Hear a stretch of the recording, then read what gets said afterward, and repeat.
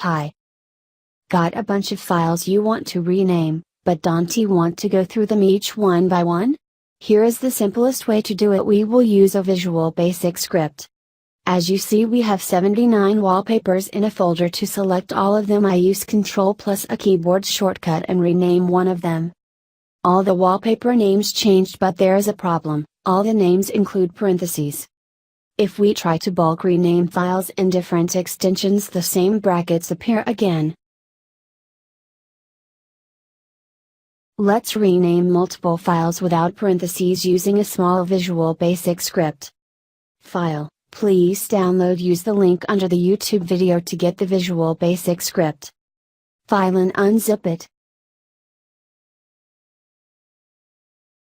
Click the rename. Choose the folder where include all files to rename. We need to enter a new name and click OK button.